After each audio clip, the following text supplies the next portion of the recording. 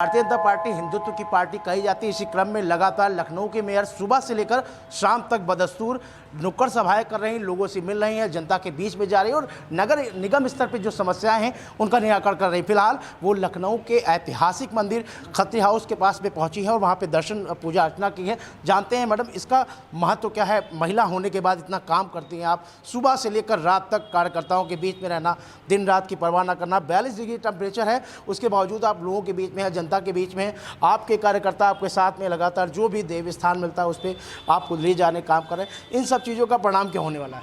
देखिए, भारतीय जनता पार्टी का जो राजनीतिक सफ़र हुआ है, देश सर्वोपरि धर्म सर्वोपरि, ये दो चीज़ों को लेके हम आगे बढ़े हैं और ईश्वर की ताकत है, ईश्वर की कृपा है कि काम बनते जा रहे हैं। 2024 में यानी प्रचंड जीत की बात कर रहे हैं, 400 पार होने की बात कर रहे हैं, तो क्या लगता है मंदिर जाने से और सब जगह जाने, धार्मिक स्थलों जाने से भारतीय जनता पार्टी को एक बड़ा फायदा होने वाला है?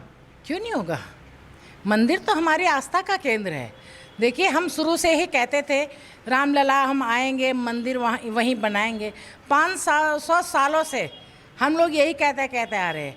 आज हमें सफलता मिली, 22 जनवरी को मंदिर, भव्य मंदिर बना, हमारे आराध्य अपने जन्म स्थान पे भव्य दिव्य मंदिर में स्थापित है। आप ये बताइए कि जनता हमको और पार्टी हमको कहती थी कि भारतीय जनता पार्टी कहती है कि रामलला हम आएंगे, मंदिर वहीं बनाएंगे, तारीख नहीं बताएंगे।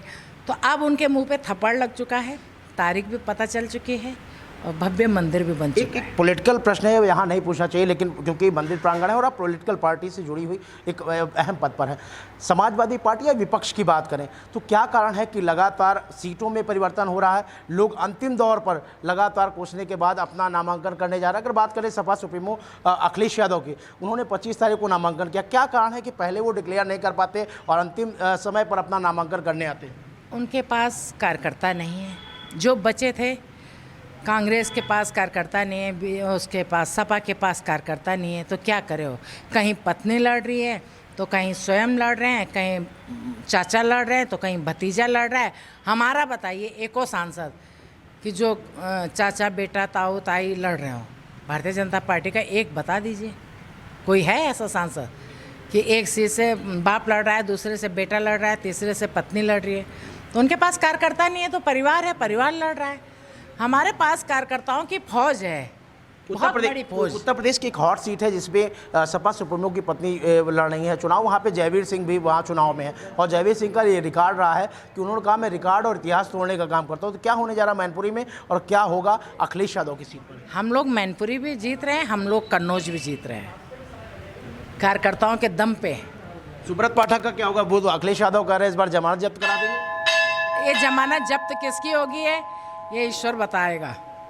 चलिए, जमानत जब्त किसकी होगी तो ईश्वर बताएगा। फिलहाल ये कहना गलत नहीं होगा कि जो ग्राउंड लेवल पर भारतीय जनता पार्टी के कार्यकर्ता, मेयर सहित तमाम ऐसे लोग हैं जो लगे हुए हैं और इस बार जीत की विजयश्री भारतीय जनता पार्टी को ही मिलने वाली है। कैमरामैन ऋषभ के साथ शशांक श्रीवास्तव, TV7 भारत, लखनऊ।